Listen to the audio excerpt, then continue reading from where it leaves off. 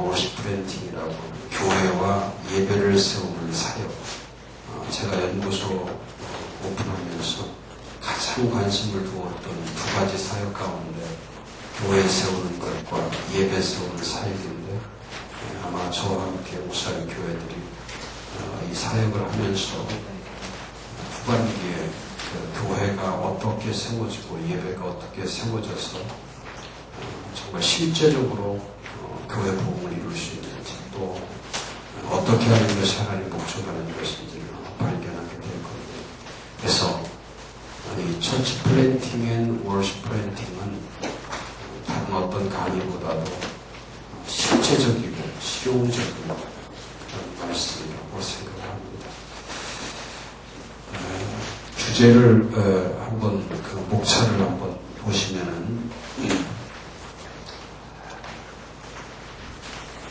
목회의 변화의 7원리, 그 다음에 목사의 예배 마인드, 또 교인의 예배 의식, 또 주일 예배 성공을 위한 7단계 전략, 또 주일 예배가 교회에 미치는 9가지 영역, 또 주일 예배 성공을 위한 7단계 원리, 또 주일 예배를 실패하는 7가지 원인, 주일 예배를 위한 메이킹, 큐시트를 어떻게 만들고, 또 100주일 주보를 만들고, 또 마지막은 중요한 주일 예배를 위한 실제적 자료들을 함께 이렇게 나눌 수 있도록 되어 있습니다.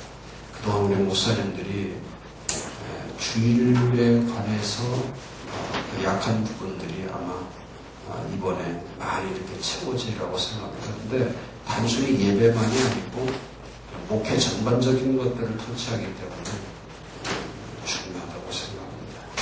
자, 7페이지 첫 번째 우리가 나눠야 될 것은 목회 변화의 7원리. 첫째, 목사의 의식개혁. 두 번째, 분명한 목회 목표와 예배 목표. 교회의 전통과 의식에 대한 변화. 네 번째가 예배에 대한 절대적인 정체성. 다섯 번째, 행사 중심에서 주일 예배로의 전환. 매년 시행되는 임명제도의 변화. 그 다음에 목사의 영적 능력과 학문적인 실력까지. 7가지에 대해서 우리 목회에 무엇을 변화시켜야 되는지를 그렇게 나누도록 그렇게 하겠습니다. 첫 번째, 목사의 의식개혁. 요즘에 가장 많이 대두되는 것이 뭐냐면 이제 의식에 관한 부분, 의식. 다시 말하면 무엇을 하든지 사람이 움직이는 것에 가장 필요한 것이 그 사람이 가지고 있는 정신입니다. 정신.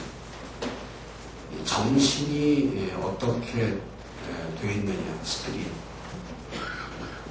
이 스피릿이 잘 되어 있으면 그 사람은 무슨 일을 하든지 다 성공할 수가 있습니다.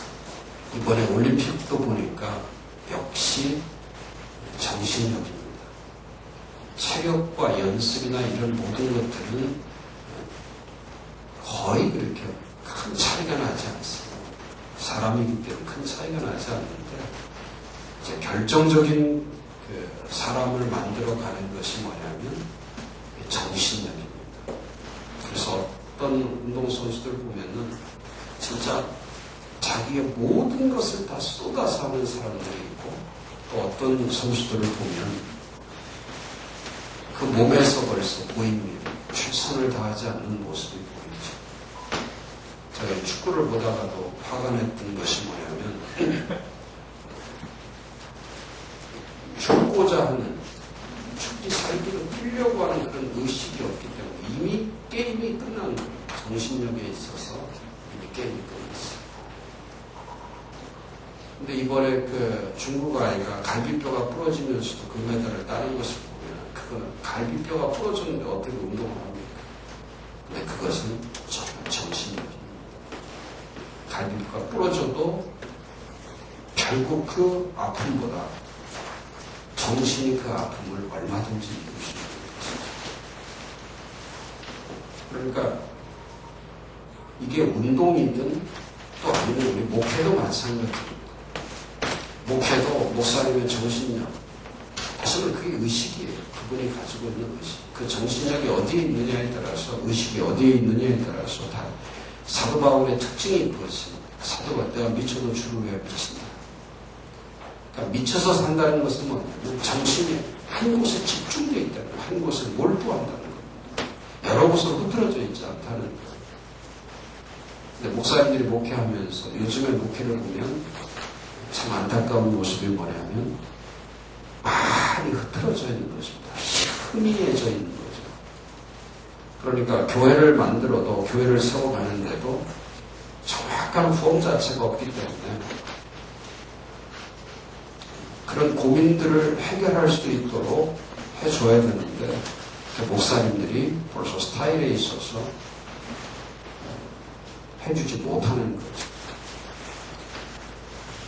첫 번째 우리가 나눠야 될 목사의 의식에서 절대적 개혁이 필요하다. 변화가 필요한 것이죠.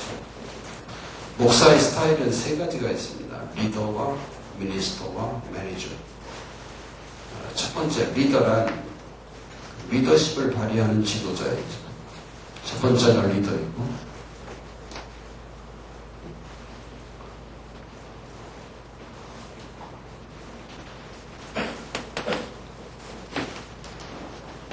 두 번째가 미니스터이고 세 번째가 매니저입니다.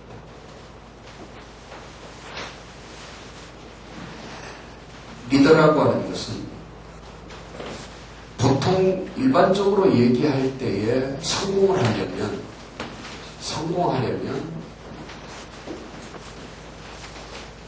스트롱맨,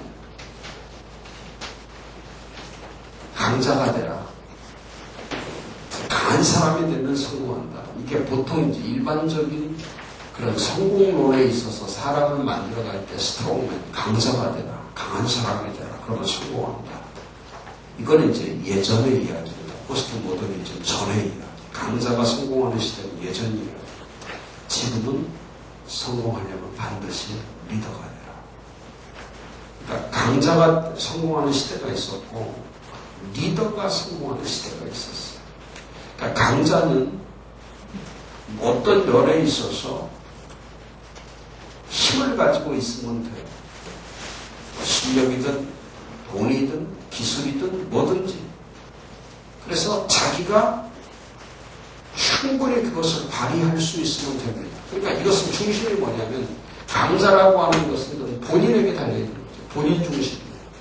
근데 리더는 절대 본인 중심이 아니라 이것은 영향력이기 때문에 그래서 리더는 언제나 리더십이 있어야 리더십을 발휘할 수 있어야 리더십. 그러니까 지도자는 지도력이 있어야 지도력. 그 지도력의 필수가 뭡니까? 그것이 영향력이에요. 사람들을 변화시키는 힘입니다. 그러니까 리더란 한마디로 정의하면 영향력을 행사하는 사람입니다. 한마디로 표현하면 그런 거예요. 영향력을 행사하는 사람이 리더예요. 그러니까 목사님이 리더가 돼야 된다는 뜻은 뭐냐면 강자가 되면 안 돼요. 목사님이 강한 사람이 되면 안 되고 본인이 강하더라도 강한 사람이 목회를 잘하는 것이 아니라 교인들에게 사람들에게 지역 속에서 얼마만큼 영향력을 행사하느냐. 그게 리더의 생명력입니다. 그러니까 리더는 영향력에 의해서 평가합니다. 그러면 영향력